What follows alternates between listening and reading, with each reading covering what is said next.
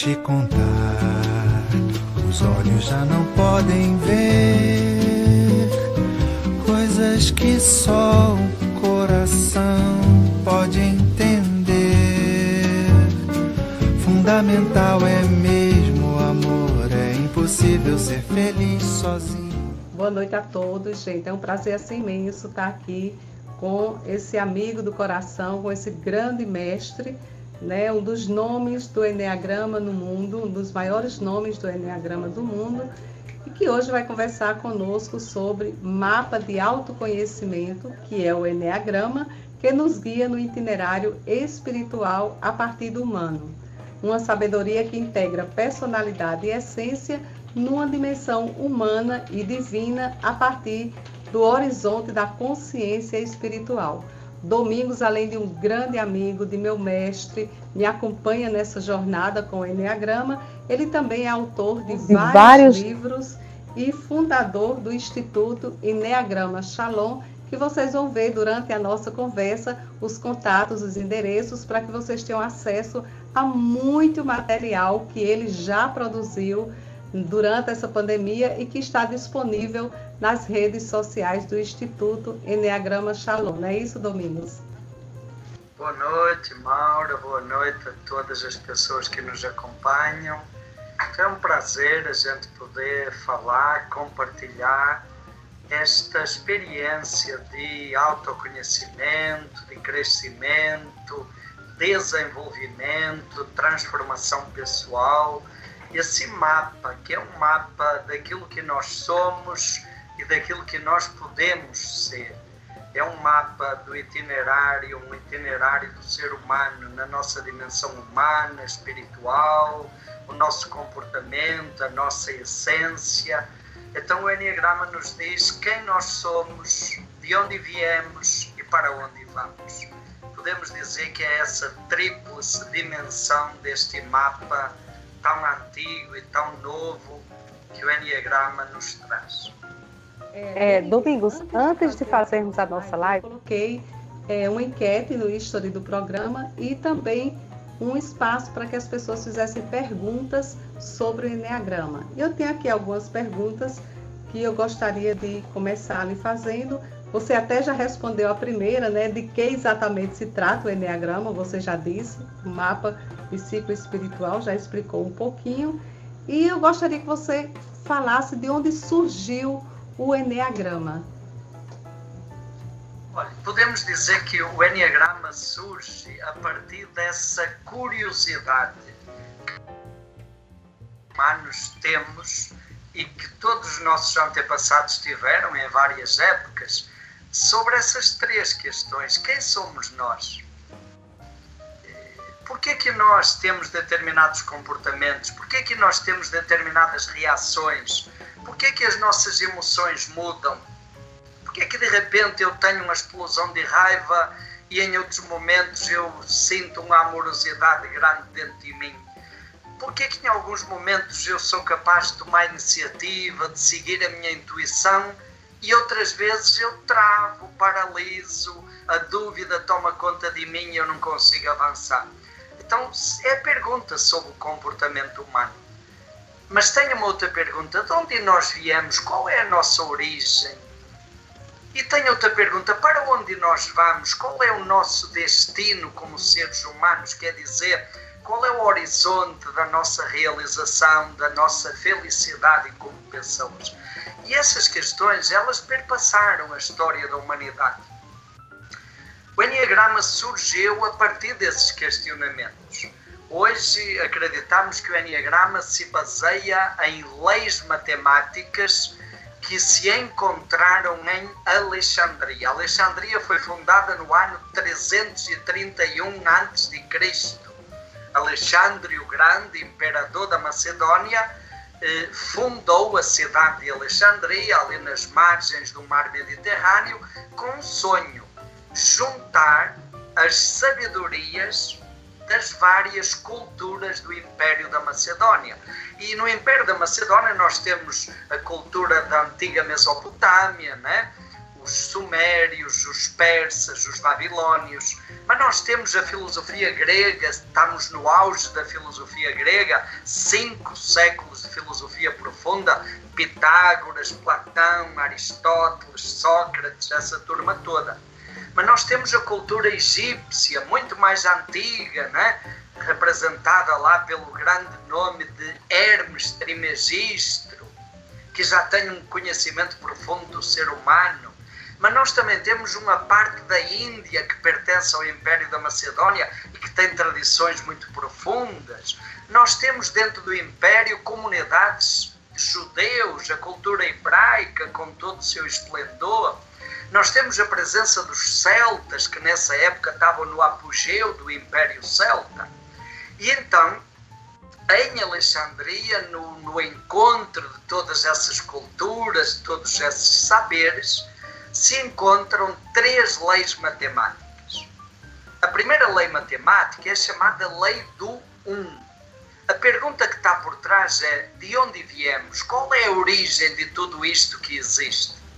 E então eles vão buscar uma lei que foi identificada pelos sumérios 2500 anos antes de Cristo. A lei do 1 diz o quê? Que tudo o que existe vem da mesma origem, da mesma fonte. Então, se tudo vem da mesma fonte, somos todos um. Tudo está profundamente interligado. Os seres humanos com todas as outras criaturas, com todo o universo. Lei do 1, visão holística, visão integral, visão sistêmica, né? Essa interdependência, interinfluência de tudo o que existe. Mas os antigos se faziam outra pergunta. E o que é que explica a sustentação, a permanência? Por que as coisas permanecem? Tem alguma lei que explica isso? E aí os sumérios também identificaram a lei do 3. E a lei do 3 diz o quê? Que existem 3 forças que geram equilíbrio e que permitem a continuidade de tudo o que existe. Existe uma força propulsora, uma força seminal, uma força criadora que gera. Existe uma força passiva que recebe esse impacto. E aí, repare, ficaríamos aqui numa tensão, mas existe uma terceira força que vai conciliar, harmonizar, equilibrar. E isso permite, essas 3 forças permitem o equilíbrio. A gente vê, por exemplo, olha, em tudo o que existe, a gente vê essas 3 forças. Sei lá, se formos ver hoje nas ciências mais modernas, sei lá, na física atômica, o átomo é a unidade. Mas o átomo é constituído por prótons, elétrons e nêutrons. E agora estão descobrindo que os elétrons se subdividem em 3. Então essa é a lei do 3, na eletricidade: positivo, negativo, neutro. Nas tradições espirituais, a compreensão de que existe uma divindade que depois se manifesta de 3 formas diferentes. Isso está em todas as tradições espirituais. Por exemplo, na tradição cristã nós dizemos que existe um Deus e 3 pessoas, Pai, Filho e Espírito Santo. São 3 deuses? Não. É um Deus que se manifesta de 3 formas. Então são 3 energias divinas que geram essa unidade. No ser humano nós vamos ter a razão, a emoção e a ação. E é isso que nos permite permanecer em equilíbrio. Então essas são as 2 primeiras leis que são representadas. A lei do 1 é representada por um círculo. Nós temos aqui a figura que aparece atrás de mim. O círculo nos lembra algo inteiro, completo, tá? E temos o triângulo que aqui atrás de mim aparece na cor vermelha, representa a lei do 3, as 3 energias fundamentais que regem o universo e todos os seres. Então essas 2 leis, elas vêm da Suméria, 2500 anos antes de Cristo, e vão para Alexandria. E lá em Alexandria elas se encontram com uma terceira lei. E a terceira lei responde a uma outra pergunta que os antigos se faziam e que nós nos fazemos. É a pergunta sobre as mudanças. Por que acontecem mudanças?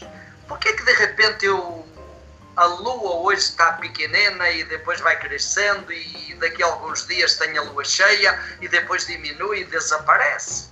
É por acaso? Por que as árvores hoje parecem secas e depois nascem folhas e depois aparecem flores e depois aparecem os frutos e depois as folhas caem?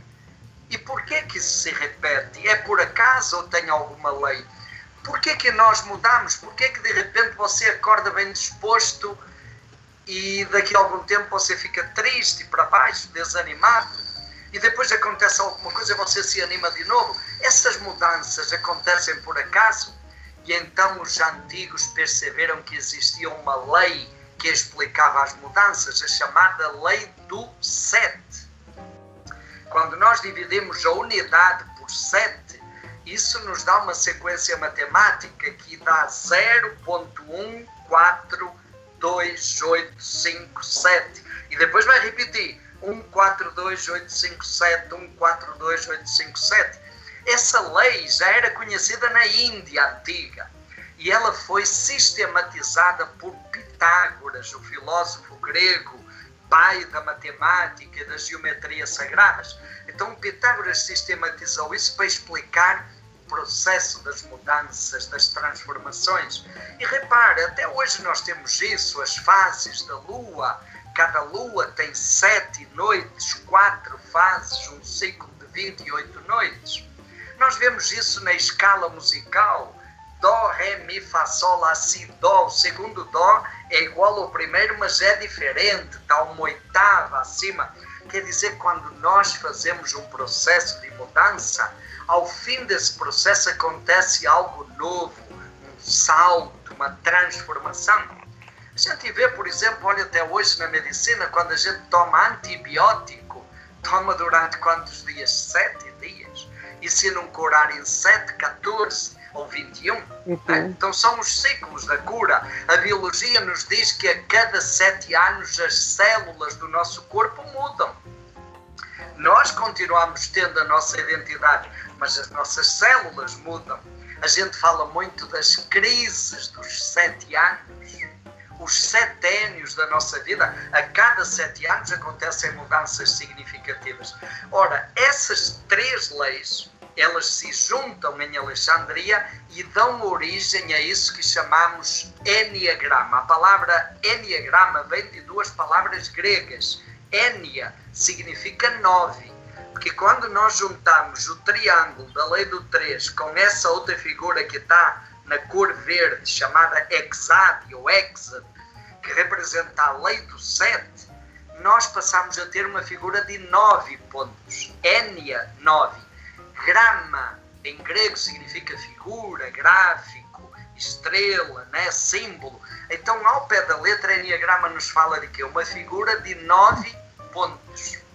E essa figura serve para quê? Para explicar as leis que sustentam o universo. E lá em Alexandria, essa figura era usada para explicar o movimento dos astros no firmamento. Depois começou a ser usada para explicar os fenómenos que acontecem na Terra. E no século IV da nossa era, com a contribuição dos primeiros monges do cristianismo, chamados padres do deserto, o Enneagrama começa a ser usado também para explicar o que acontece dentro de nós. Essa compreensão de que o que acontece no firmamento, o que acontece à nossa volta, também acontece dentro de nós. Nós fazemos parte disso. Então essas leis também começam a explicar os nossos movimentos emocionais.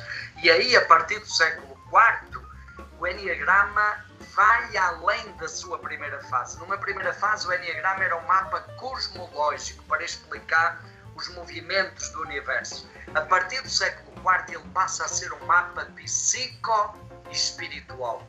Ele passa a explicar o nosso comportamento humano e passa a explicar também a nossa essência, a nossa natureza sagrada, a nossa origem divina, essa compreensão de que cada um de nós é uma centelha divina, é uma imagem de Deus, é uma manifestação do transcendente.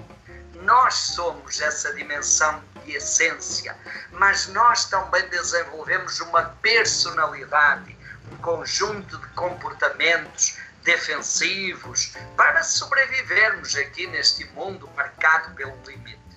E então, a partir daí, o Enneagrama vai evoluindo e agregando outros conhecimentos ao longo dos séculos e chega até nós como esse mapa.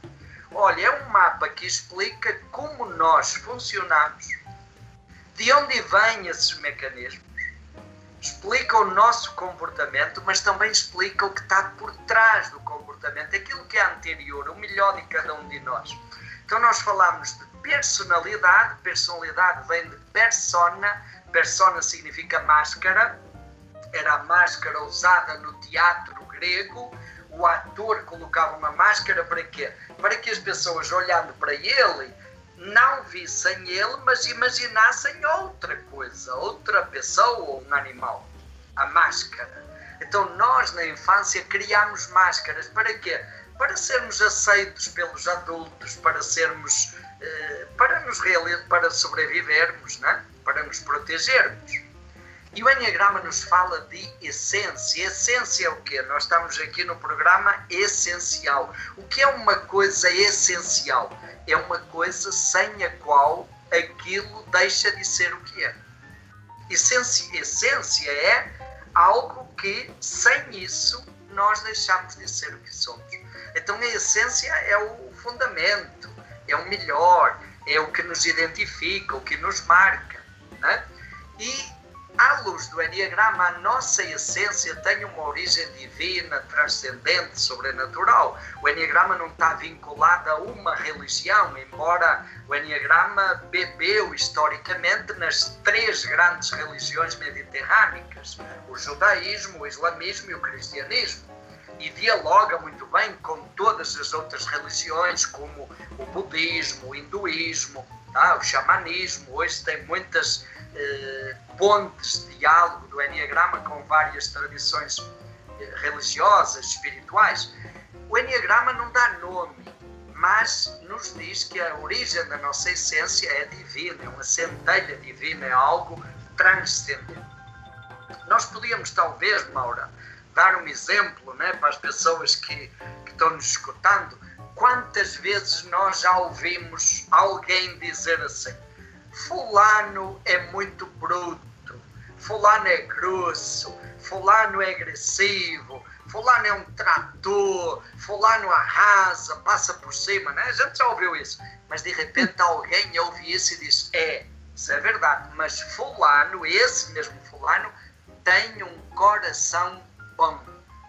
E a gente diz: puxa vida, peraí, como é que o cara é grosso, é bruto, atropela e também tem um coração bom? E as pessoas veem isso na mesma pessoa, não é isso? Ora, quando a gente diz fulano é bruto, é agressivo, é insensível, nós estamos falando de quê? Estamos falando de um comportamento psicológico, mecanismos inconscientes que a pessoa repete para se defender, para se proteger. Ela aprendeu isso na infância, às vezes para sobreviver num ambiente duro e agressivo, tá? E ela hoje continua repetindo. E quando nós dissemos: mas esse fulano tem um coração bom, nós estamos falando de quê? Da essência dessa pessoa. E então isso é importante nós compreendermos, porque isso nos ajuda a entender como nós funcionamos. Qual é o perigo? É nós ficarmos só na personalidade e esquecermos a essência. E o nosso desafio é a gente entender a nossa personalidade para que isso não nos limite, não nos aprisione, resgatar a essência, o melhor de nós mesmos, porque é isso que vai nos garantir a nossa realização, a nossa felicidade como pessoas, e usar a personalidade com algumas habilidades que ela nos deu. A personalidade é um recurso, né? É um jeito que nós encontramos para sobreviver aqui neste mundo. Então o Enneagrama fala disso, trata disso, nos ajuda a entender isso, né? Agora você falando, Domingos, e eu venho me relembrando aqui a minha trajetória.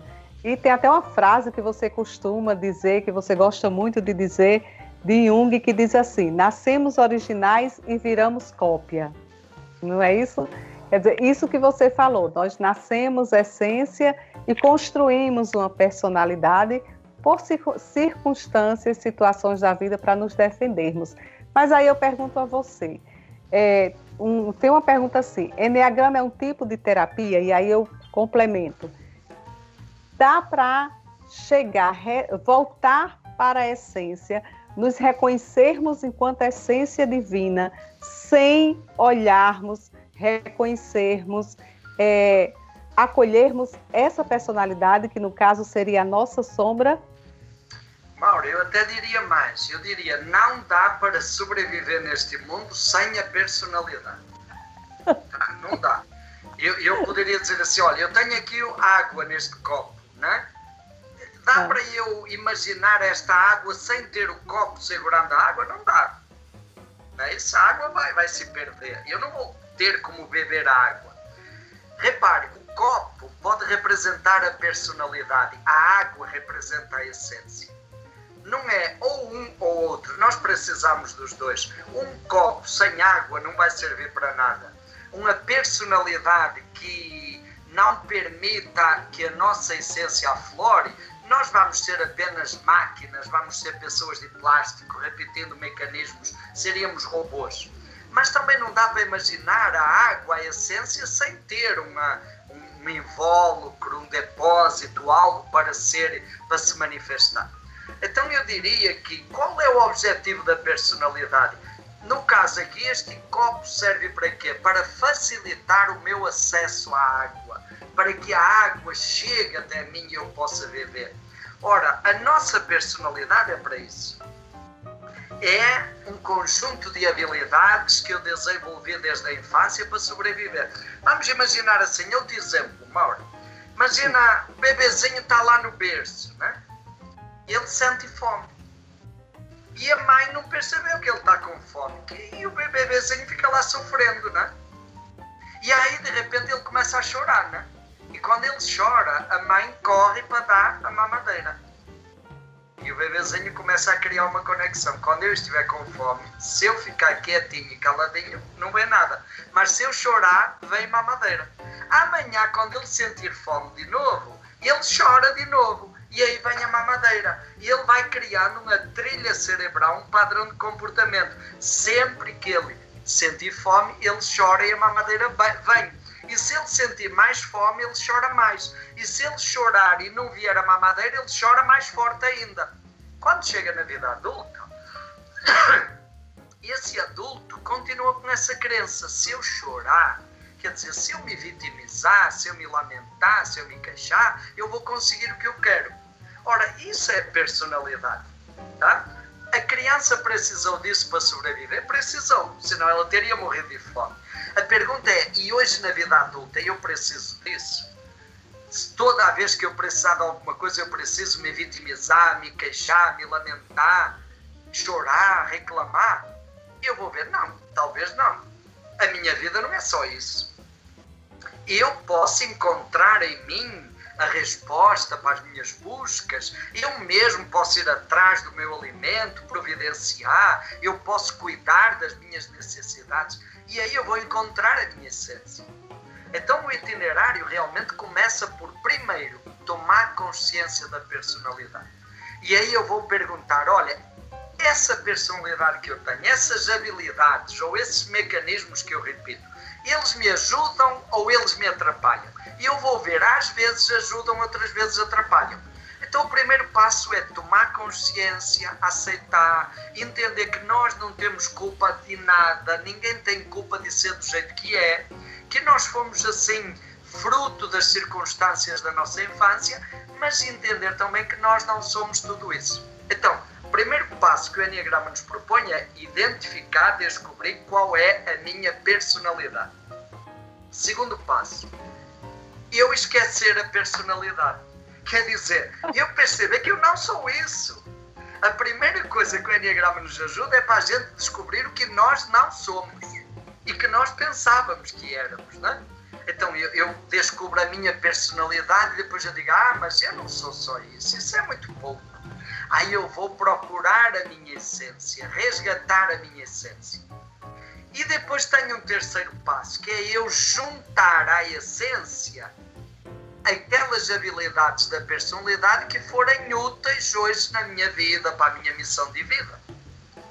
E eu diria que o trabalho espiritual do Enneagrama é isso. E aí voltamos a essa frase que você trouxe do Jung, que realmente eu acho que ela descreve muito a nossa história. Nós nascemos originais, quer dizer, nós nascemos essência. A criança, quando nasce, ela nasce com todas essas potencialidades. Depois viramos cópias, quer dizer, as cicatrizes da vida, as experiências de infância, os traumas, as carências, a falta de amor, ou a falta de segurança, ou a falta de valorização, fez com que a gente se tornasse uma cópia, uma caricatura. A personalidade é uma caricatura. E agora repare, Mauro, triste sina a nossa se nós nascermos originais, virarmos cópias e morrermos cópias. A gente pergunta, o que é que nós viemos fazer aqui? Só viemos piorar o que recebemos? Mas repare, aí vem uma outra coisa muito bonita e talvez isso seja o mais bonito do Enneagrama e talvez seja a razão de nós estarmos aqui hoje conversando. Nós, ao longo da vida, podemos desenvolver uma coisa que chamamos de consciência. E o que é consciência? É eu poder olhar para mim, olhar para os meus comportamentos e perguntar: esse meu comportamento vem de onde? Eu preciso disso? Eu preciso repetir esse comportamento? Por que eu fiz isso? E de repente eu vou ver que eu sou assim porque eu sempre fui assim desde a minha infância, porque na infância eu era assim e eu me acostumei e hoje repito automaticamente. Então eu vou tomar consciência da minha personalidade, eu vou purificar a minha personalidade, vou dizer, olha, às vezes esse comportamento ajuda e eu vou usar, mas outras vezes ele é desnecessário ou inoportuno e eu vou deixar de lado. E a minha consciência também me permite olhar para mim e perceber que dentro de mim existe uma outra pessoa, que chamamos de essência. Uma pessoa que tem um coração bom, uma pessoa que é capaz de cuidar de si, de cuidar dos outros, uma pessoa que é capaz de viver em comunhão, uma pessoa que tem uma essência.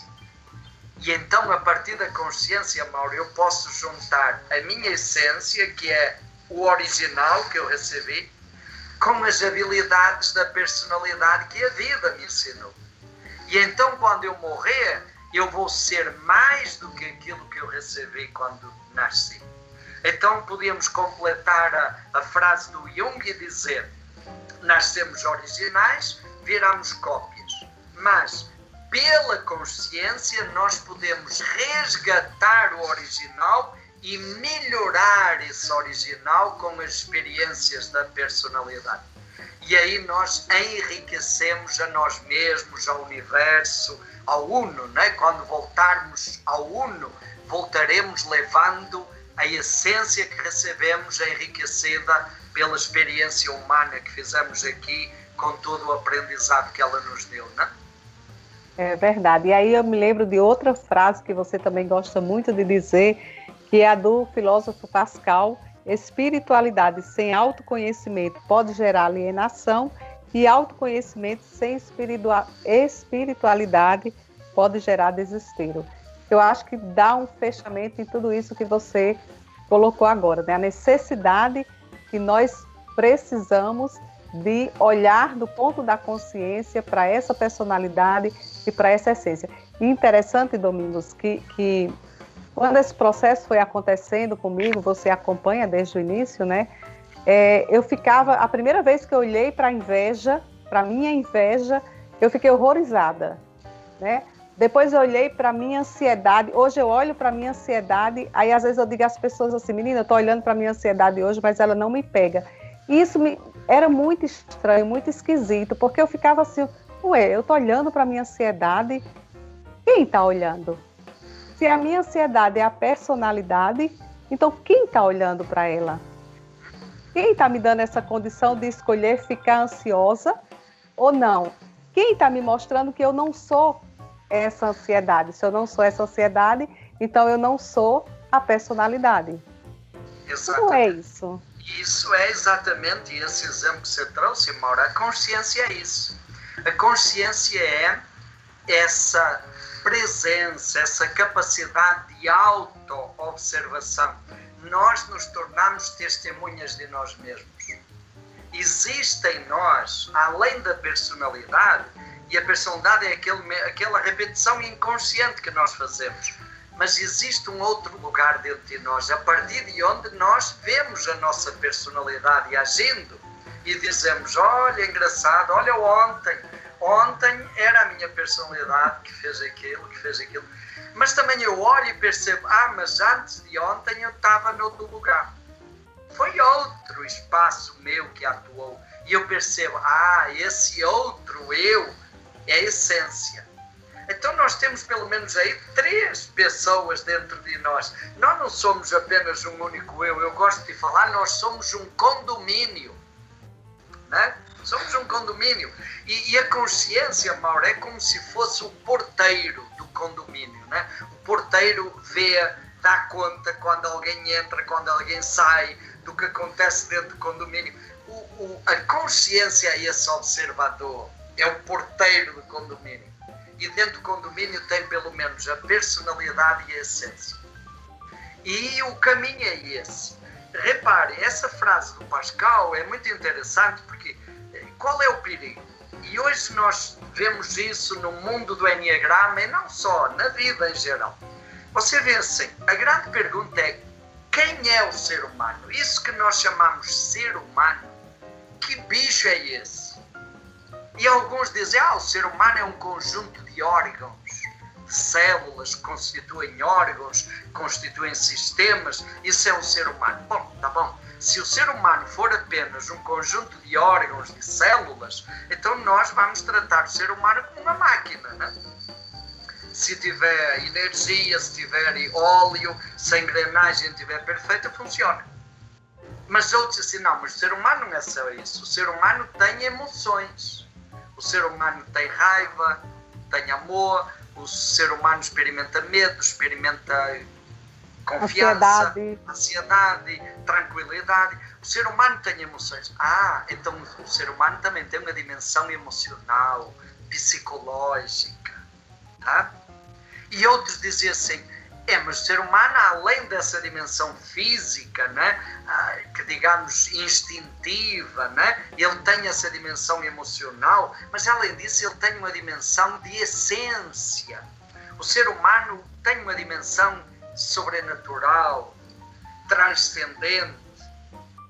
Dentro de cada ser humano existe um espaço sagrado, de bondade, de beleza, de amorosidade, de encantamento, de doação, de compaixão. Isso existe e a gente sabe que existe dentro de todos nós. Então repare, o Enneagrama vê o ser humano nessas 3 dimensões. Tá? A dimensão instintiva, a nossa dimensão animal, e ele nos ajuda a entender isso a partir dos instintos.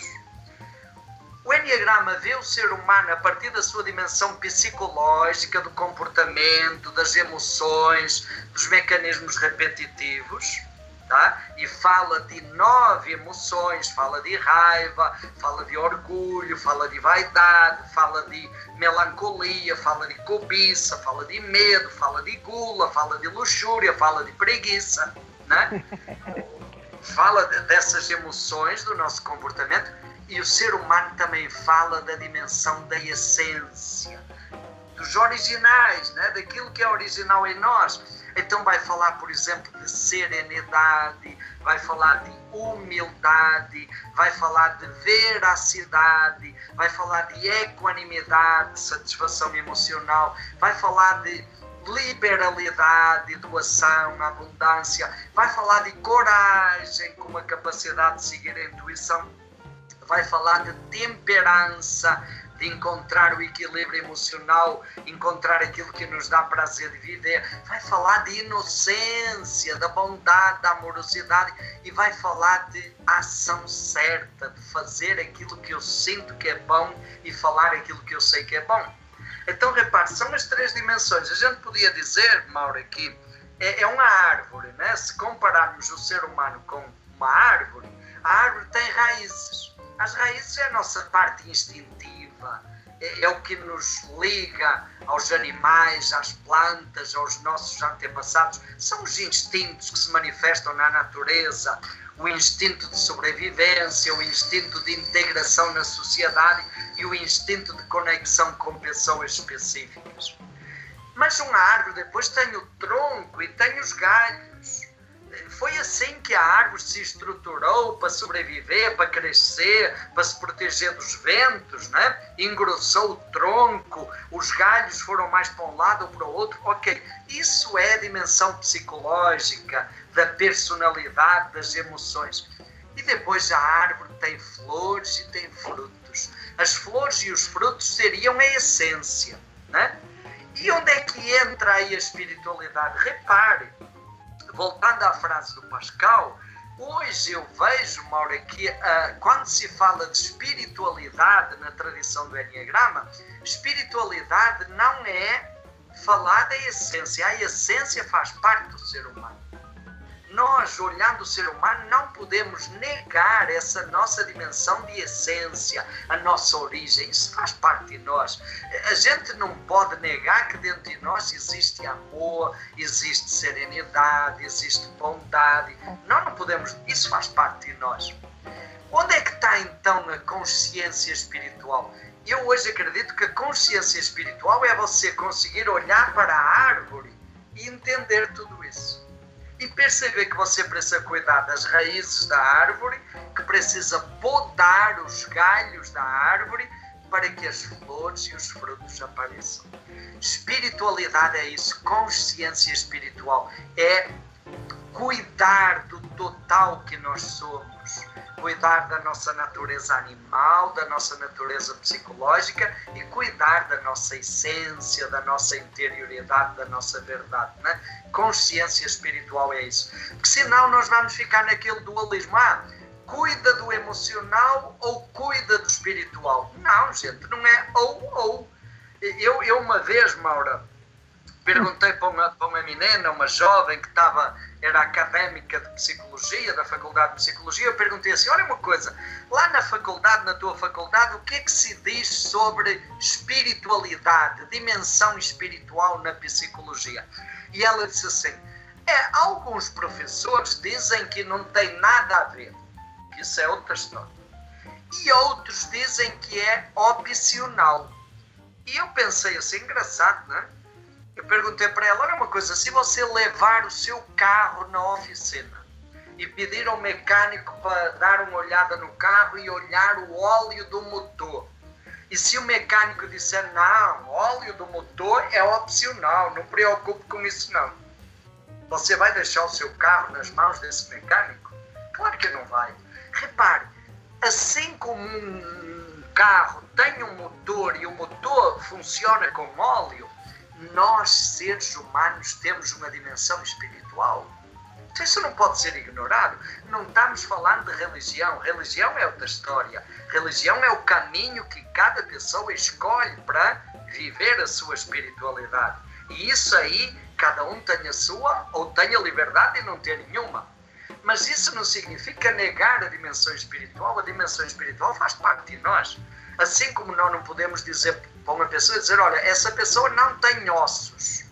Não cabe na cabeça de ninguém imaginar uma pessoa que não tenha ossos.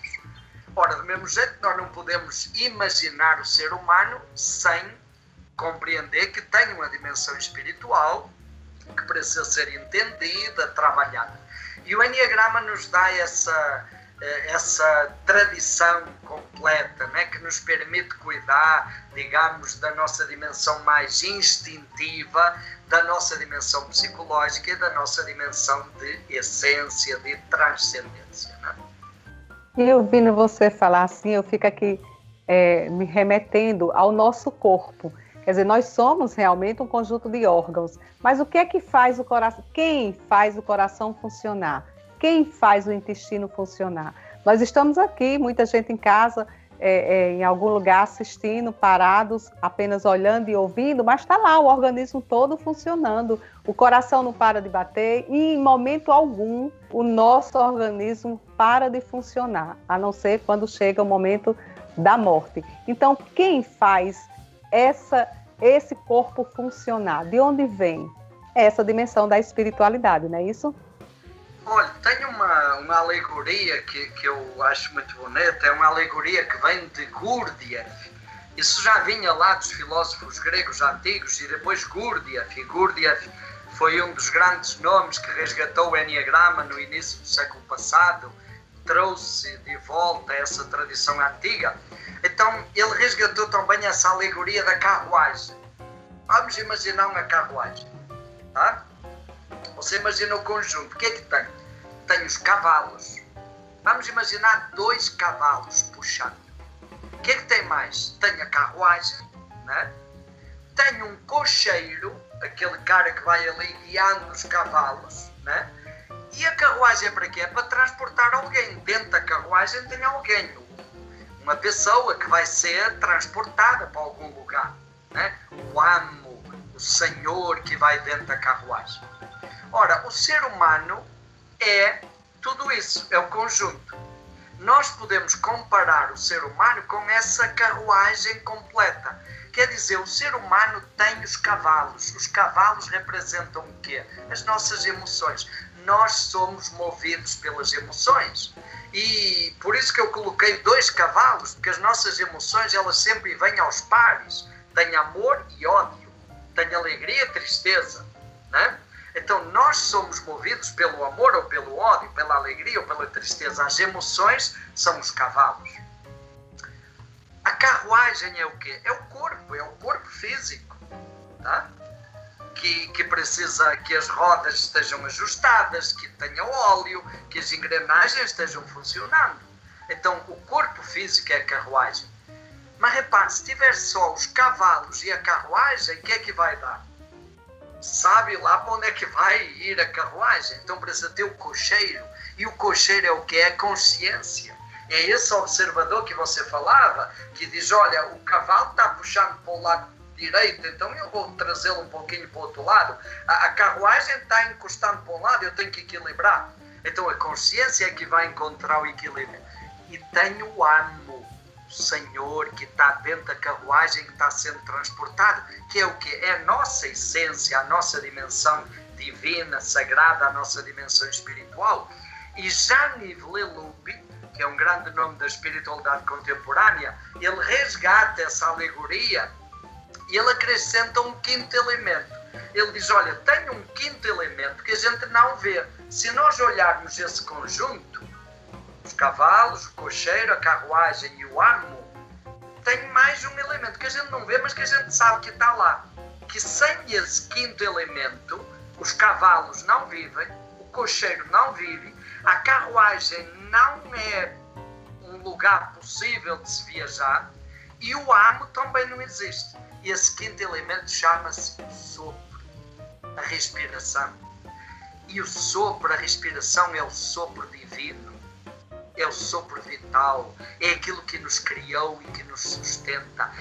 Essa é a dimensão espiritual que nos perpassa. E então, repare, nós percebemos que tudo isso forma um conjunto. Os cavalos têm que ser coordenados pelo cocheiro e têm que puxar a carruagem de uma maneira harmoniosa para que o amo chegue onde ele quer. Mas os cavalos precisam do sopro e o cocheiro precisa do sopro e o sopro perpassa a carruagem para limpar a carruagem e a tornar habitável. E é o sopro também que alimenta o amo, o Senhor. E nós somos tudo isso, né? Então repare, para nós sermos felizes, para nós nos realizarmos como pessoas, nós precisamos cuidar do corpo físico, precisamos. E a pandemia nos ensinou a necessidade disso, né? Mas nós não basta isso, nós precisamos também cuidar das nossas emoções, precisamos, senão elas nos levam para o abismo. Nós precisamos trabalhar a nossa consciência, precisamos.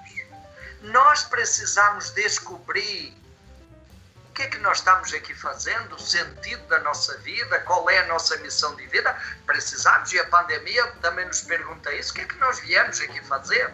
Que sentido é que a minha vida tem? Eu estou cuidando da minha essência. E olha, sobretudo a pandemia nos ensinou que nós precisamos aprender a respirar, não é não? Tenho uma amiga que disse assim, olha, a pandemia veio dizer assim, já que vocês não respiram direito, agora vocês vão sentir o que é ficar sem respirar, que é para aprender a valorizar a respiração. É isso, aprender o valor da respiração, que não é só oxigênio e gás carbônico, mas é a nossa conexão com Deus, com o divino, com o infinito. Na tradição judaico-cristã, a palavra Deus criou o ser humano do pó da terra e depois soprou nas suas narinas. A palavra sopro é o quê? É a vida divina que nos sustenta. Os gregos chamavam isso pneuma, e para os gregos o pneuma é o quê?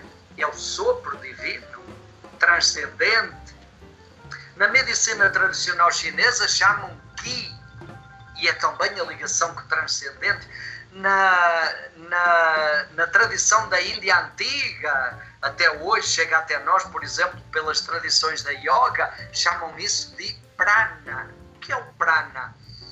É a respiração que nos conecta com o transcendente. Na tradição do islamismo chamam baraka, é a comunicação com um ser superior. Nas tradições indígenas, das tradições ancestrais, na tradição tupi-guarani, chamam isso de aivu. A respiração é que nos conecta com o grande espírito. A física quântica chama isso de sopro vital, energia sutil. Repara, os nomes mudam, mas é a mesma consciência de que o sopro, a respiração é o que nos conecta com algo superior, transcendente, divino, infinito, né? E nós somos tudo isso, né? E o bonito é que o Enneagrama nos ajuda a cuidar de todas essas dimensões e a integrar tudo isso, né? E o interessante é que você falando de sopro, o que nos traz a vida é o sopro, a respiração, né? Quando começamos a respirar, começamos a nossa vida fora do útero, né? A nossa vida terrena, e quando deixamos de respirar, deixamos essa forma humana aqui da Terra. Então, exatamente. A respiração, ela está realmente nessa conexão. E isso traz a meditação como uma grande e essencial parceira nesse itinerário, nesse processo de consciência, né? Porque o estado meditativo é a consciência, o estar presente, o aqui e agora, o viver agora, me auto-observando, olhando para dentro de mim, cuidando de mim. Faz sentido? É isso mesmo? Exatamente, Maura. Repara, eu diria, talvez as pessoas perguntam assim, eu estou entendendo o que é essa tal de personalidade, já entendi. É, por exemplo, o meu medo que me trava, ou é a minha raiva que me faz ter reações intempestivas, ou é a minha ansiedade. Ok, entendi, personalidade. Ok, essência, também entendi. Essência é quando eu estou, por exemplo, sereno, tranquilo, ou quando eu estou sentindo, me permitindo viver aquilo que eu sou, ou quando vem a bondade, a generosidade, ok, entendi. E agora essa consciência, eu não estou vendo como é que a gente vai cultivar isso. Eu diria, gente, olha, o lugar melhor para a gente cultivar a consciência é a meditação. É a meditação, porque meditar é o quê? Meditar é parar e observar-se, olhar para dentro. Meditar é respirar conscientemente, quer dizer, eu respiro prestando atenção na minha respiração. Isso me faz tornar observador, testemunha de mim mesmo. Eu gosto de usar um exemplo, Maura. Você está na sua casa, eu estou aqui na casa, eu vou à janela, eu fico olhando para a rua e eu vejo o que passa na rua. Eu vejo uma pessoa passando na rua com a camisa branca, e eu vejo um cachorrinho preto passando, e eu vejo um fusquinha amarelo passando, e eu estou vendo. A meditação, eu abro uma janela para dentro de mim. E eu fico olhando para dentro de mim, o que é que passa? E o que é que eu vejo? Eu vejo passar uma raiva que eu tive ontem, uma culpa que eu estou sentindo, uma preocupação de uma coisa que eu tenho que fazer amanhã. Eu vejo tudo isso que está dentro de mim. E o que é que eu faço? Apenas olho. Assim como eu não vou pular da janela para ir correr atrás do cachorrinho ou atrás do fusca amarelo, eu também não vou ficar brigando com a raiva que eu tive ontem ou tentar resolver o problema de amanhã. Eu apenas olho. E isso me dá a condição de cultivar a consciência, de me tornar consciente, observador de mim. E isso faz com que eu relaxe, acalme, a minha mente serena, o meu coração acalme, o meu corpo relaxa e eu entro em contato com o melhor de mim, com a minha essência, né? Então eu diria que realmente a meditação é o lugar onde se cultiva a consciência, né? A estufa da consciência é a meditação, né? Com certeza. Eu lembro que quando eu entrava em contato com você durante o processo, aí você dizia, continue meditando, continue meditando. E realmente, à medida que a gente continua meditando, fazendo a respiração consciente, olhando para nossas emoções, para o nosso interior, a coisa vai se acalmando, as coisas vão acontecendo e aí vem aquela sensação de que existe algo maior, existe uma lei maior. Aí vamos para a minha ideia sagrada, né? Existe uma lei maior que faz as coisas acontecerem. A vida flui, existe um fluxo de vida, independente de eu fazer ou não, de eu sentir ou não, a vida segue, a vida continua. Então eu posso olhar para mim, para o meu interior, para as minhas reações, para minhas emoções e olhar para elas e acolhê-las, né? E tá tudo bem, eu posso estar triste, sim, o que é que tem? Eu posso estar com medo, o medo faz parte, o que é que tem? E olhar para esse medo, olhar para essa tristeza, para essa melancolia, para essa raiva, porque eu não sou a raiva, eu não sou o medo, eu não sou a tristeza. Então eu posso olhar para ela e fazendo isso, respirando conscientemente, ela já diminui, já se dissolve e eu continuo a vida. É por aí? Exatamente, amor, exatamente. Podíamos dizer, olha, trazendo de novo a alegoria da carruagem, né? Meditar é o quê? Eu vou sair da carruagem e vou ficar olhando. Eu estou vendo o cavalo, eu estou vendo o cocheiro, eu estou vendo a carruagem, se as rodas estão bem, eu estou vendo o amo, o senhor lá dentro da carruagem, eu estou vendo o conjunto. E de repente eu percebo, olha, é preciso dar um jeito naquele cavalo que está puxando para o lado errado. Ou é preciso dar um jeito no cocheiro que está dormindo. Ou é preciso cuidar da roda da carruagem que está sem óleo. Ou é preciso cuidar do amo que está lá mal acomodado dentro da carruagem. Ok, a meditação é isso. É eu me aperceber de mim. Ter consciência de como eu estou. Sentir o sabor de mim. A palavra consciência, ela vem de duas palavrinhas do latim, com, que significa estar junto, estar em contato, né? Estar conectado, e chaies. Chaies em latim foi traduzido por ciência. E para nós, ciência ficou muito ligada a conhecimento racional. Mas na realidade, a origem da palavrinha chaies em latim quer dizer sabor, saborear. Então, consciência é o quê? É eu estar presente a mim mesmo, me observando, conectado comigo, atento a mim e sentindo o meu sabor. Eu sinto o sabor das minhas emoções, eu sinto o sabor do meu corpo, eu sinto o sabor da minha consciência e eu sinto o sabor da minha essência. Então, saborear isso tudo, isso é consciência. E a meditação é o lugar que nos permite cultivar isso, né? É, exatamente. E é a prática. Às vezes eu já escutei várias pessoas dizerem assim, mas eu não consigo meditar, me dá uma agonia, eu não consigo. Prática, persistência, você persistir nessa prática da meditação com a respiração consciente. Foca na respiração e persiste que você consegue. É preciso coragem, agir com o coração. Coragem e autorresponsabilidade. É você assumir a responsabilidade por você, porque só você é que pode mudar a você mesmo. Ninguém muda ninguém, né? Nem por amor. Só você pode. Eu diria, Maura, que quando a pessoa diz assim, eu não consigo meditar, eu diria, eu também não. Ainda bem que não consegue, porque meditar não é conseguir. A gente é que tem uma mentalidade baseada no conseguir, no esforço, na conquista. Meditar é o quê? É parar de fazer isso. Meditar é deixar de fazer, é parar, é abrir mão de conseguir. Então, meditar é relaxar. É deixar de pensar, é deixar de fazer, é deixar de sentir, é deixar de imaginar, é parar, é silenciar, é serenar. Então, meditação não é uma coisa que eu vou fazer, é uma coisa precisamente que eu tenho que parar de fazer. Não é uma coisa que eu vou conseguir, é uma coisa que eu vou permitir que aconteça. A outra coisa que as pessoas dizem muitas vezes é assim, não consigo meditar porque eu sou muito agitado, a minha cabeça é muito dispersa. E eu costumo dizer, a sua e a do resto da humanidade é assim, né? Ok, meditar não é concentrar. Concentrar, de novo, nos lembra o quê? Esforço. Não, gente, meditar é deixar de fazer esforço. Meditar é distrair e perceber as distrações. Eu ficar olhando para as minhas distrações. Eu ficar olhando para o que passa na rua dentro de mim. Sem julgamento.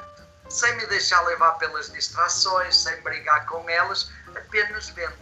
Então, gente, meditar é isso. Não tem nada de esforço, de concentrar, de ficar com a mente vazia. Isso são mitos. Né? Mitos.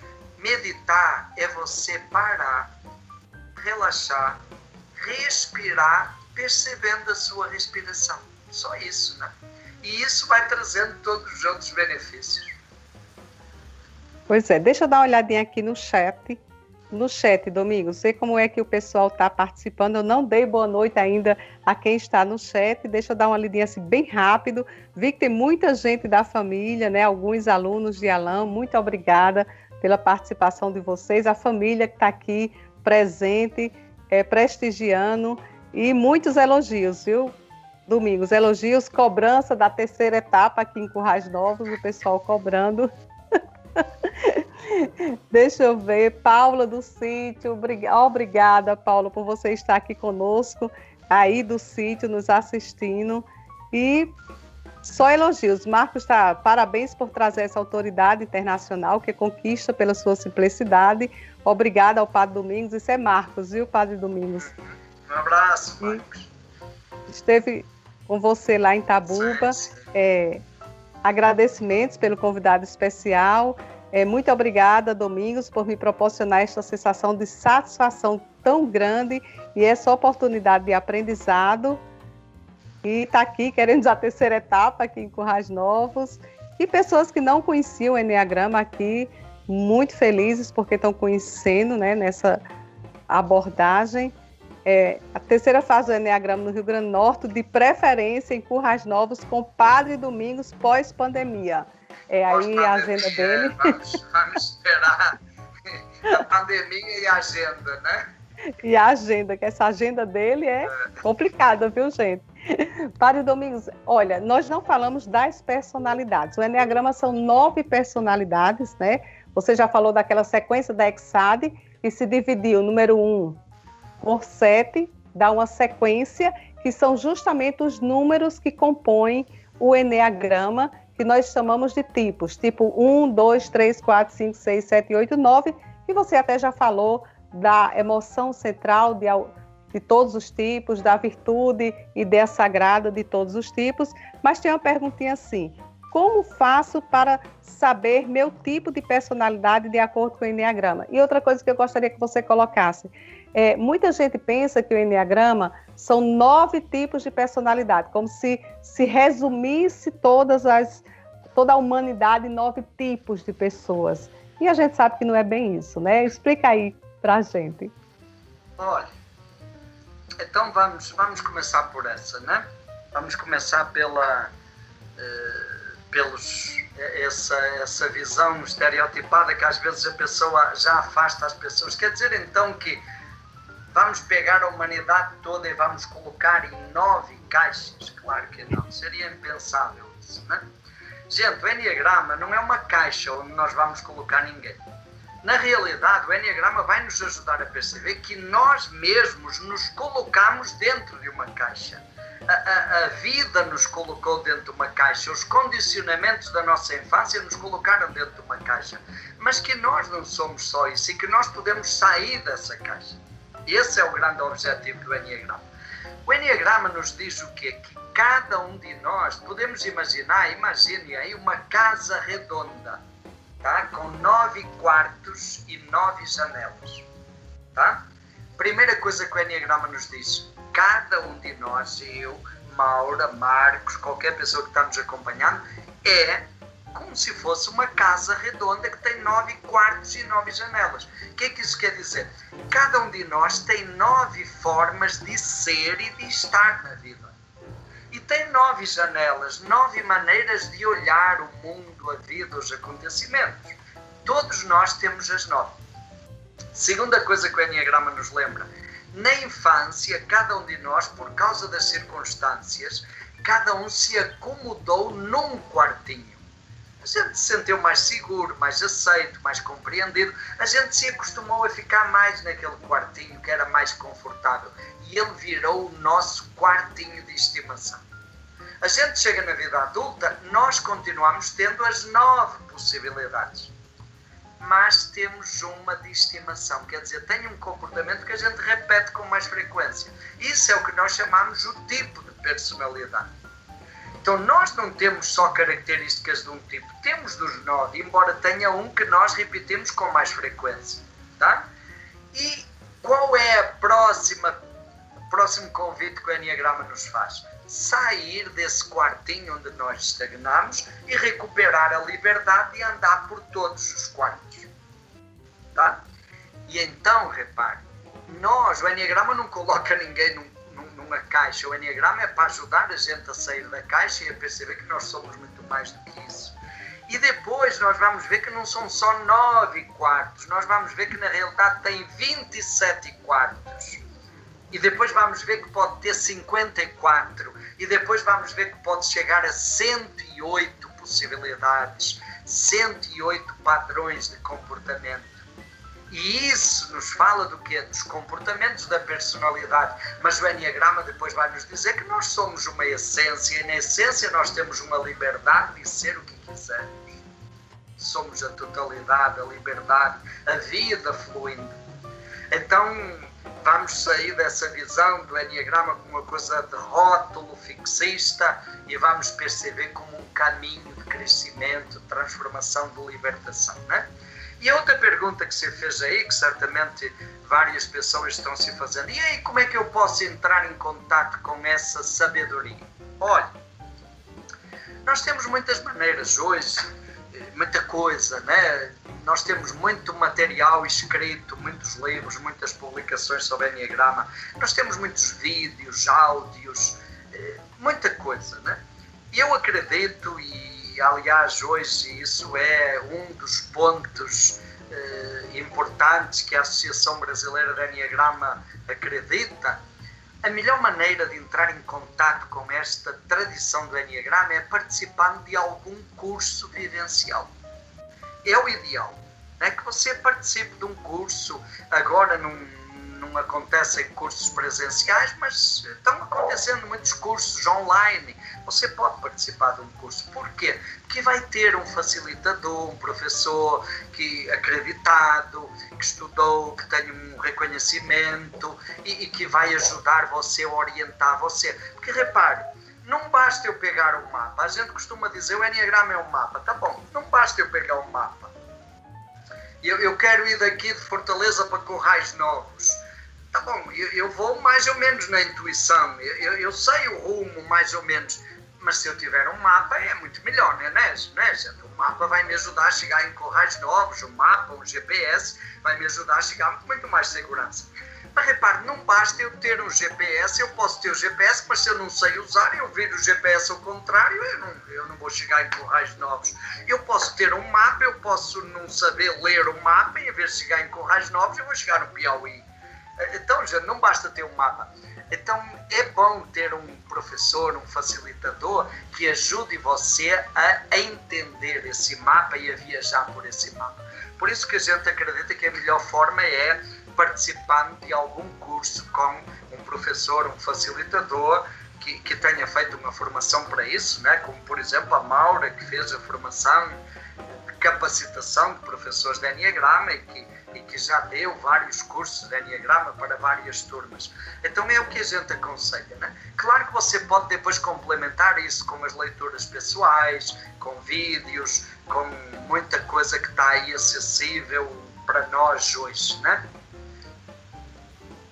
Olha, e assim, Domingos, uma coisa que o Enneagrama, ele traz, de tudo isso que você disse, é uma coisa assim que marcou a minha vida e marca ainda hoje, é esse lidar comigo mesma, lidar com as minhas emoções, olhar para as minhas emoções.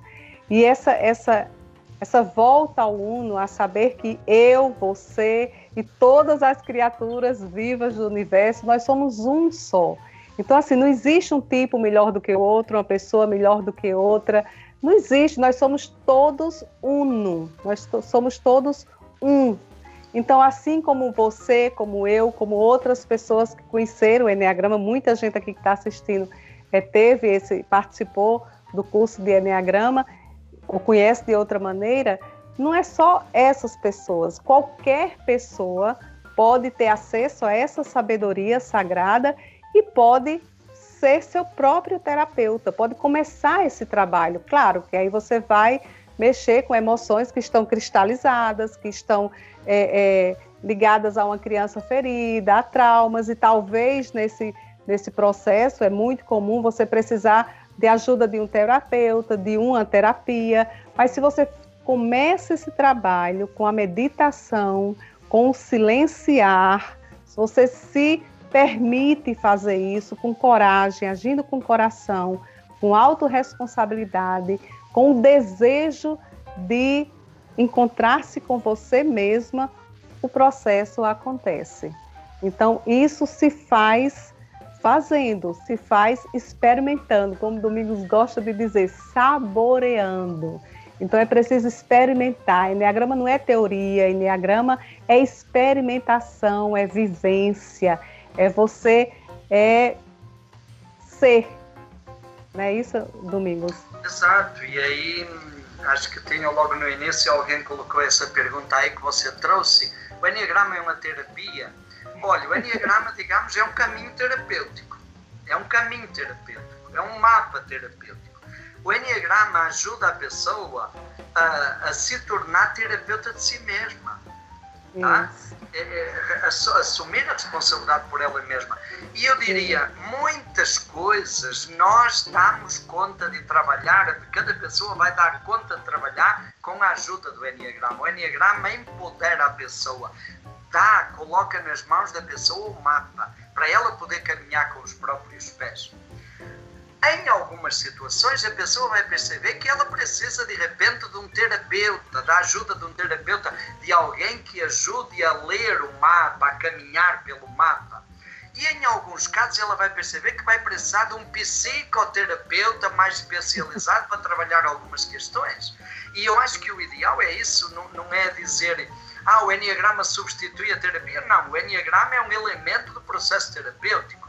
E quando você junta o conhecimento dessa tradição do Enneagrama, que é esse trabalho pessoal que cada um faz. O trabalho é meu. O mapa não substitui o caminho, nem a caminhada, né?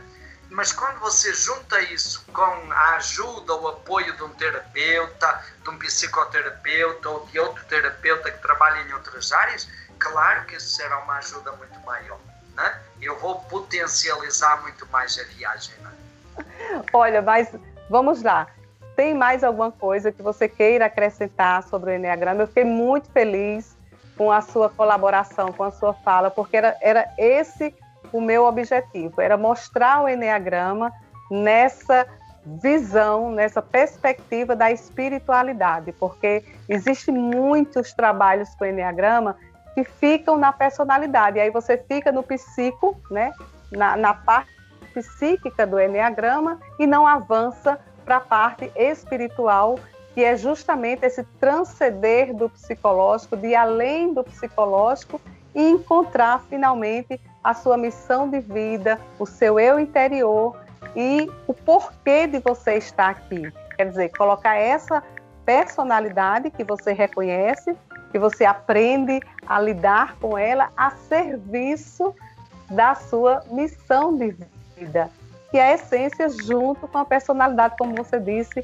nessa dança, essência e personalidade. Então, eu acredito que alcançamos o nosso objetivo. Eu quero, assim, agradecer de coração e fique muito à vontade para fazer algum comentário, para fazer o complemento. Deixa eu ver, enquanto você vai falando, eu vou vendo aqui se consigo falar com o pessoal do chat. Fique à vontade. Então, Maura, muito obrigado. Eu agradeço esta conversa, assim, bem à vontade, descontraída.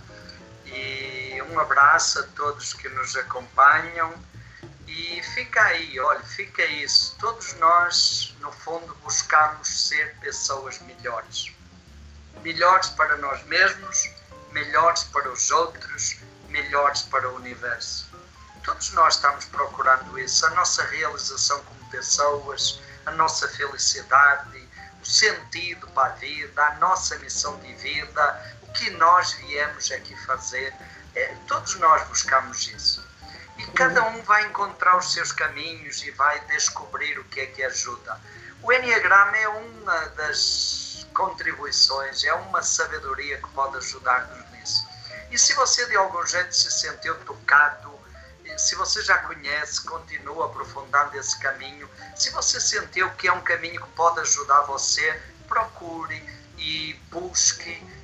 Tenha aí muita coisa boa para descobrir, para a gente experimentar e saborear. Uma coisa bonita que a gente ouve, primeiro que me encanta, olha, eu trabalho com Eneagrama há 25 anos e qual é a minha motivação? Em primeiro lugar, gente, é por gratidão, porque eu sou muito grato ao quanto essa tradição do Eneagrama me ajudou como pessoa.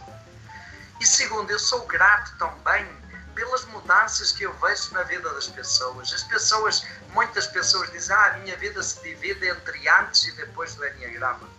E ultimamente eu tenho escutado, olha, a nossa empresa se divide entre antes e depois do Eneagrama. Eu escuto isso em várias empresas onde a gente tem feito trabalho. Eu já ouvi isso, por exemplo, na magistratura de Tocantins, onde quase todos os magistrados já fizeram um processo de Eneagrama connosco. E eu já ouvi dizer isso, olha, a magistratura de Tocantins se divide entre antes e depois do Eneagrama. Então isso, gente, é muito bonito e é isso que encanta e é isso que anima, né? E se você está buscando aí um caminho, e acredito que a pandemia também nos convidou a olharmos mais para dentro e a nos perguntarmos pelo sentido da vida, se você está buscando, o Eneagrama pode ajudar você a encontrar respostas para isso. Então, gente, um grande abraço, Maura. Se tiver mais alguma pergunta, pode colocar, viu? Olha, muitos agradecimentos aqui, né? Reclamações do som que saiu, mas tudo bem. Mas muita gratidão e eu quero aproveitar e agradecer também. De coração, eu ia fazer isso no início, mas as falhas técnicas, a gente começou meio atropelado. Dizer que eu conheci o Eneagrama não foi primeiramente através de Domingos, eu conheci através de uma psicóloga, amiga também de Fortaleza, Eva Marinho, que vai assistir essa live, agora está trabalhando, mas vai assistir depois. E eu quero aqui deixar publicamente o meu agradecimento à Eva, que foi quem nos apresentou o Eneagrama na primeira e segunda etapa. E em 2016 eu fiz a terceira etapa com Domingos em Natal. E de lá para cá não larguei mais e graças a Deus ele tem acompanhado todo esse processo. E olha, Domingos, eu até estava comentando, meus irmãos fizeram Eneagrama com você na década de 90, lembra? Você aqui em Natal. Você aqui em Natal começando o trabalho com Eneagrama no início dos anos 90. E tinha 2 padres com você que a gente até tentou lembrar os nomes. Você lembra quem eram? Bom, no início estava o Tomás, né? O padre Tomás, que agora está aí em Natal. Que é novo, né? E que desde quando eu comecei a trabalhar com o Eneagrama, que o Tomás acompanhou, né? vários outros padres, né, da nossa comunidade. E hoje a gente tem feito esse trabalho com muitos padres, bispos, religiosos, religiosas, pessoas de outras tradições religiosas, pessoas que não têm nenhuma religião, mas sempre temos públicos muito diferentes, muito heterogéneos, porque reparem, aquilo que nos une é a nossa natureza humana, nós somos seres humanos. E quando o nosso foco é o ser humano, as diferenças de religiões desaparecem, as diferenças de classe social desaparecem, as diferenças académicas desaparecem e todos nos encontramos unidos por aquilo que é comum e que é mais profundo em cada um de nós, que é a nossa condição humana, né? Ser humano é o que nós estamos aqui para aprender a ser, né? Isso, e para lembrar de quem realmente somos, que além de humanos, nessa humanidade, divinos também. E somos uno, né, Domingos? Às vezes as pessoas ficam assim, por que Domingos tem essa paixão pelo Enneagrama? Por que Domingos se dedica tanto, se doa tanto? Mas você sabe, nós sabemos nesse itinerário, que aquilo que a gente faz pelo outro, nós estamos fazendo por nós, porque somos uno. Então a compaixão, ela vem com o Enneagrama, e você começa a olhar o outro com compaixão, sem julgamento, porque você primeiro olhou para você mesma, com compaixão e sem julgamento. Então esse olhar para o outro, ele tem que primeiro ser um olhar para nós. Você diz isso em vários livros, que primeiro eu tenho que olhar para mim, para o meu eu, para o meu interior, e aí, naturalmente, eu me volto para o outro, e esse fazer para o outro é um fazer também para mim. À medida que eu vou contribuindo com a cura do outro, eu estou também me curando, não é isso, Domingos? Com certeza, né? Sem dúvida. Crescemos juntos, caminhamos juntos, né? E essa é a grande descoberta que a gente vai experimentar. Olha, então, mais uma vez, muito obrigada, amei, muito obrigada por toda a sabedoria disponibilizada, amei o programa de hoje, parabéns pela iniciativa, falar da essência humana é fundamental, e, enfim, só elogios, só gratidão, só agradecimento, não teve mais, se tiver mais alguma pergunta aqui no chat, última chance para vocês fazerem, última pergunta, porque eu vou pedir para Domingos falar de uma série que ele está fazendo no... Fala aí, Domingos, do Instituto Enneagrama Shalom, que está assim, com a série, várias séries, gente, de Enneagrama, de missão de vida de cada tipo, dos subtipos, muito conteúdo sobre Enneagrama que vocês têm acesso gratuitamente, não é isso, Domingos? No nosso canal do YouTube, vocês podem procurar aí, acho que já passou, né? Enneagrama Tá passando, isso, está aí. Né? Podem procurar, lá tem várias séries. Tem sobre meditação, tem vários vídeos sobre meditação, de uma maneira bem prática, bem pedagógica, para quem quiser aprender a meditar meditando. Tem vários vídeos sobre Enneagrama, tem uma série, cada tipo, uma missão de vida. Então, por exemplo, quem quiser conhecer um pouquinho como é que é cada tipo, acompanhe essa série, que tem lá uma pessoa de cada tipo falando, explicando como é que ela se sente. E agora estamos com uma nova série, todo domingo, 11 horas da manhã, chamada Muito Além dos Tipos, a chave dos subtipos. E já tivemos várias lives e próximo domingo vai ser a live do tipo 5, faltou 5, 6 e o 7. Mas lá no canal já tem as lives anteriores, 8, 9, 1, 2, 3 e 4. Quem quiser pode assistir, isso ajuda a compreender um pouco mais.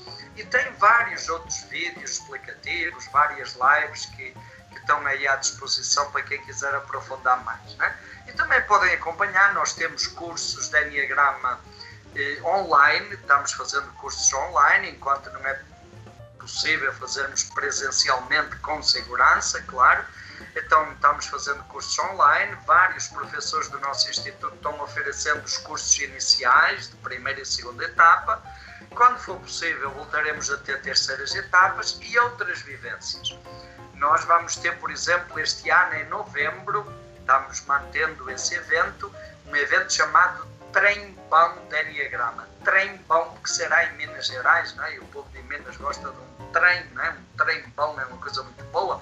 Então vai ser uma semana, uma vivência de Enneagrama, de aprofundamento, que vai acontecer numa reserva ecológica da Serra do Caraça, um lugar belíssimo, né? Então teremos uma semana inteira de vivência, de aprofundamento. Depois, em dezembro, teremos também uma semana, uma vivência aqui em Fortaleza, um retiro de uma semana à luz do Enneagrama, que a Maura já participou, o Marcos e a família já participaram, né? Então teremos também. E também vamos ter em outubro a escola de formação. Aí é uma formação, uma capacitação para professores de Enneagrama. Pessoas que já fizeram a base, o ciclo básico, e que queiram se capacitar para serem divulgadores do Enneagrama, professores de Enneagrama. Temos também essa formação em outubro. E depois, certamente no próximo ano, voltaremos a ter as várias vivências, módulos avançados, Enneagrama e liderança, Enneagrama e relacionamentos, Enneagrama e padrões respiratórios, Enneagrama sentido da vida, orientação vocacional e reorientação de carreira e vários outros módulos que a gente proporciona no nosso instituto. Podem entrar também no site e lá tem todas esses vários níveis da nossa programação. Ok.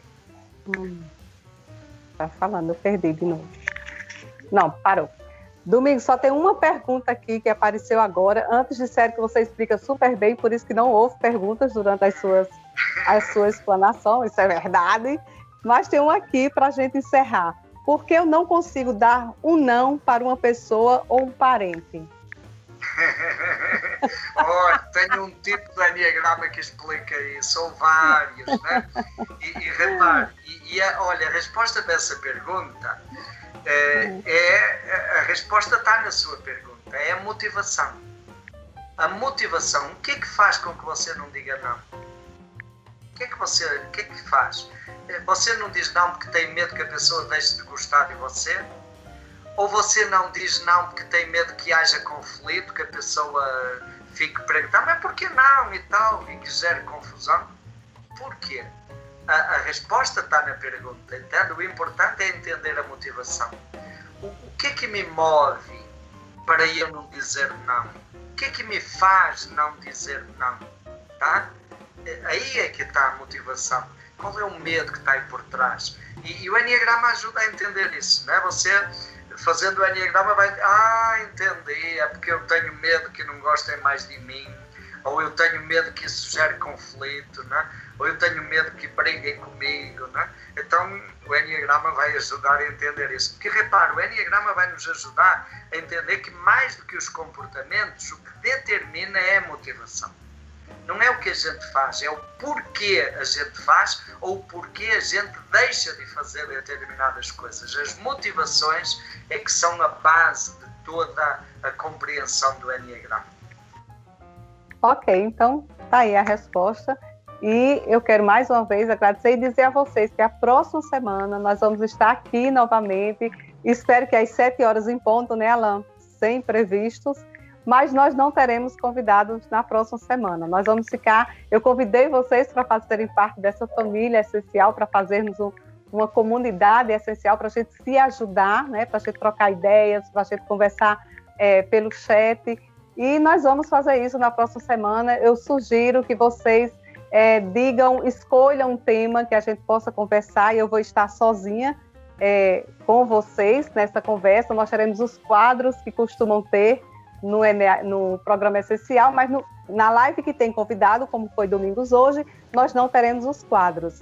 Mas na live que não tem convidado, que nós vamos conversar pelo chat, então nós teremos os quadros Em Dia com a Saúde, Fica a Dica, Alimentação Saudável, que quem acompanha o programa essencial já conhece. São quadros Domingos de especialistas que estão nessa comunidade essencial, dando a sua contribuição para que nós sejamos a nossa melhor, o melhor de nós, enfim, né? A nossa melhor, não veio a palavra agora, saltou. Nossa melhor versão. Isso, é isso mesmo. a palavra não tinha chegado. Então, gente, o Programa Essencial nas redes sociais tem essa proposta da gente caminhar juntos, se ajudando. Isso aí já é coisa desse trabalho que Domingos vem acompanhando, né, Domingos? Já é coisa da minha personalidade, das habilidades da minha personalidade que a gente está procurando colocar a serviço através do Programa Essencial. Aí já é um resultado dessa trajetória, né, Domingos? E está acontecendo. Eu, mais uma vez, já agradeci tanto, mas nunca é demais. Muito obrigada por você colaborar comigo nessa missão de vida, de ajudar as pessoas. E na próxima quarta, gente, vocês podem sugerir, eu vou colocar um espaço no Instagram, podem sugerir um tema para a gente conversar e um tema para um próximo convidado também para a gente providenciar, ok? Domingos, fique com Deus, muita gratidão, um abraço, e vocês que estiveram conosco também, fiquem com Deus e boa noite e muito obrigada. Ok. Boa noite, Maura, um abraço e boa noite para todos que estão nos acompanhando. Boa noite, meu amigo. Fica com Deus. Obrigado.